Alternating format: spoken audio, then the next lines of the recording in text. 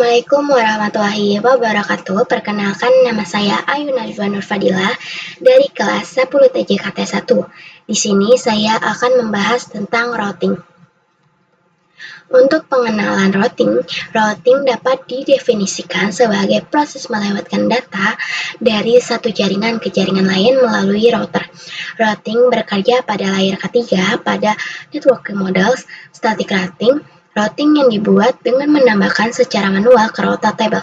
Dynamic routing yang digunakan dengan enable fungsi protokol pada router tersebut, maka secara otomatis router akan mencari jalurnya sendiri. Untuk IGP dan EGP, Interior Gateway Protocol digunakan pada intra-autonomous system routing, diterapkan untuk mengendalikan dalam satu organisasi, contohnya sekolah, kampus, perusahaan, atau institusi lainnya. EGP, Exterior Gateway Protocol, digunakan pada intra-autonomous sistem routing, diterapkan untuk mengendalikan sistem administrasi yang berbeda atau biasa digunakan dalam internet, contoh ISP ke ESP, internet ke ISP, atau kampus ke ISP. Untuk selanjutnya yaitu routing table atau flex, berisi informasi mengenai route ke jaringan atau network tertentu, berisi nilai prioritas atau metrik dari masing-masing route. Routing table terbentuk dari 1. Semua route yang berasal dari dynamic router protokol. 2. Semua route untuk network di directly connect ke router. 3. Konfigurasi tambahan yaitu static router. Untuk routing table dan flex, D itu sebagai dynamic, A itu sebagai active, C itu sebagai connect, S itu sebagai static, O itu sebagai OSPF, R itu sebagai EIRP, B itu sebagai BGP, M itu sebagai MME, B itu sebagai black hole, P itu sebagai prohibit, U itu unreachable, X itu sebagai disable. Untuk static router, konsep static router diperlukan dalam beberapa situasi tertentu tergantung pada kebutuhan spesifik dan karakteristik dari jaringan yang dikelola. Anggaplah Anda memiliki sebuah perusahaan dengan kantor pusat dan beberapa kantor cabang. Setiap kantor cabang terhubung ke kantor pusat melalui jalur luar. Anda ingin menentukan jalur khusus untuk lalu lintas kantor cabang ke kantor pusat. Dalam hal ini, routing dapat digunakan.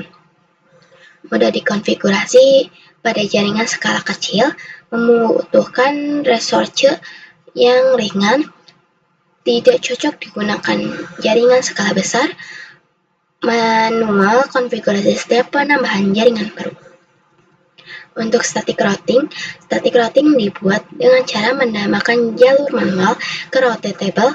Pada static route perlu menambahkan parameter routing, DST, address, dan gateway secara manual ke dalam routing table.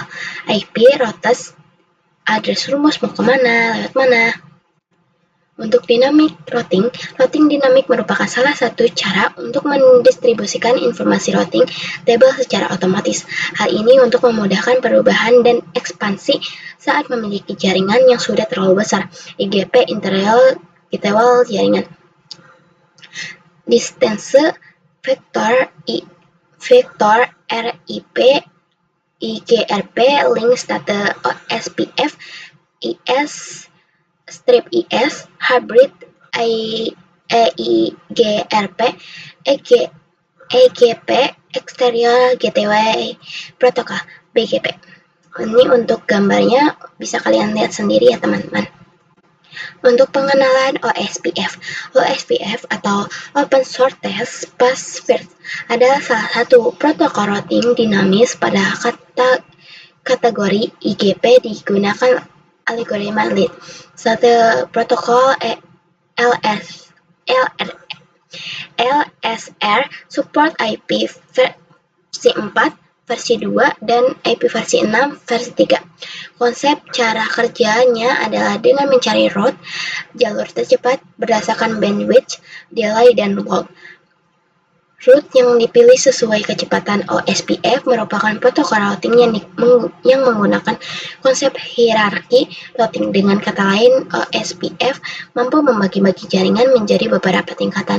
Tingkatan-tingkatan ini diwujudkan dengan menggunakan sistem pengelompokan yaitu area. OSPF Lab merubah Lab Static Routing sebelumnya menjadi Dynamic Routing dengan mendaftarkan DAC sebelumnya kepada OSPF, mencoba menambahkan router dengan network baru, dan bisa dilakukan konfigurasi OSPF. Dengan itu, maka informasi pada routing table akan terdaftar secara otomatis. Apa sih tujuannya? Tujuannya yaitu memecah topologi jaringan unit-unit yang lebih kecil atau area untuk mengurangi overhead protokol routing yang meningkatkan efisiensi peruteran. 1. Backbone area ID 0.0.0.0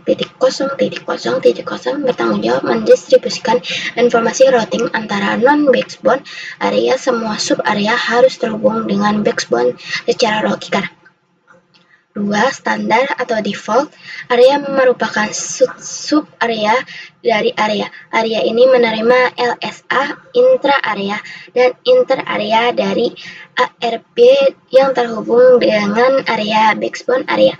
Sub-area area yang paling ujung. Area ini tidak menerima advertise external route digantikan dengan default area. 4. Not supposed to be area. Area yang tidak menerima external route digunakan default route dari area lain, tetapi masih bisa mendapatkan external route dari lainnya. Ini untuk gambar ke-1, gambar ke-2, dan gambar ke-3. Bisa dilihat sendiri ya teman-teman. Untuk OSPF prepare topologi, matikan semua device, login seperti biasa pada router dan winbox via router untuk route 2-4. Default semua route flags as di semua route agar tidak bertabrakan dengan OSPF-nya. Ini untuk gambarnya teman-teman. Untuk OSPF tes koneksi dan redistribute default route. Ini untuk gambar ke-1, gambar ke-2, gambar ke-3, gambar ke-4, gambar ke-5, dan gambar ke-6. Ini SS-nya tidak terlalu jelas, maaf ya teman-teman. Untuk bab ini, maaf bila ada kekurangan atau kesalahan kata. Wassalamualaikum warahmatullahi wabarakatuh.